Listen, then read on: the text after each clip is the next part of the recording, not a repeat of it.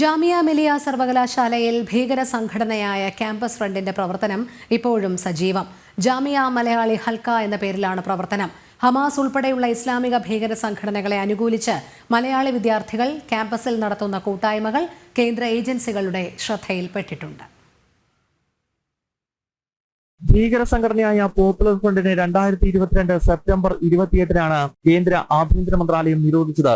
എന്നാൽ ജാമിയ മിലിയ ഇസ്ലാമിക സർവകലാശാലയിൽ പോപ്പുലർ ഫ്രണ്ടിന്റെ സ്ലീപ്പർ സെല്ലുകൾ ഇപ്പോഴും സജീവം. ജാമിയ മലയാളി ഹൽക്ക എന്ന പേരിലാണ് ക്യാമ്പസ് ഫ്രണ്ടിന്റെ പ്രവർത്തനം.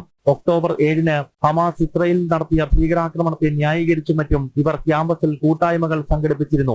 ഇനിയൊരു മാറാത്ത ലോകം സാധ്യമല്ല. പ്രീ ഒക്ടോബർ 7 സമയത്തുള്ള സിസ്റ്റംസോ ഒന്നും ആയിരിക്കില്ല പോസ്റ്റ് ഒക്ടോബർ 7 ഉണ്ടാവുക എന്ന് നമുക്ക് ആലോചിക്കാൻ പറ്റും. 3-ൽ കൂടുതൽ രാജ്യങ്ങളൊക്കെ ഫലസ്തീനെ രാജ്യമായി അംഗീകരിക്കുകയും യൂറോപ്യൻ പൊളിറ്റിക്കൽ ലീഡേഴ്സൊക്കെ ഹമാസിനെ അത്ര വേഗം നശിപ്പിക്കാൻ കഴിയില്ല എന്നുള്ള ഒരു തിരിച്ചറിവിലേക്ക് എത്തുകയും ഒക്കെ ചെയ്യുന്നുണ്ട്. ആ പാലസ്തീനിയൻ കോഴ്സ് ഒരു ഗ്ലോബൽ ഡിസ്കോഴ്സ് ആയി തന്നെ ഉയർത്തിക്കൊണ്ടുവരാൻ ഒക്ടോബർ 7 അത്രയും ഇമ്പോർട്ടൻ്റ് ആയിട്ടുള്ള റോൾ ഉണ്ട് എന്നുള്ളത്. ഹമാസിന്റെ ആക്രമണം മൂലം പാലസ്തീനെ അംഗീകരിക്കാൻ കൂടുതൽ രാജ്യങ്ങൾ തയ്യാറായെന്നും ഹമാസിനെ ആർക്കും തകർക്കാൻ കഴിയില്ലെന്നും ഇവർ പ്രചരിപ്പിക്കുന്നു. 2020-ൽ പൗരത്വ ഭേദഗതി നിയമത്തിനെതിരെ ആദ്യം കലാപം തുടങ്ങിയത് ജാമിയ മിലിയയിലെ ഇസ്ലാമിസ്റ്റുകളാണ്. അതിന്റെ തുടർച്ചയെന്ന നിലയിലായിരുന്നു നോർത്ത് ഈസ്റ്റ് ഡൽഹിയിൽ ഇരു മതവിഭാഗങ്ങൾ ഏറ്റുമുട്ടിയത്. അതിനാൽ ജാമിയ മിലിയ ഇസ്ലാമിക സർവകലാശാല കേന്ദ്രീകരിച്ച് നടക്കുന്ന ഇത്തരം പ്രവർത്തനങ്ങൾ IB ഉൾപ്പെടെയുള്ള രഹസ്യാന്വേഷണ വിഭാഗങ്ങൾ നിരീക്ഷിച്ചു വരികയാണ്.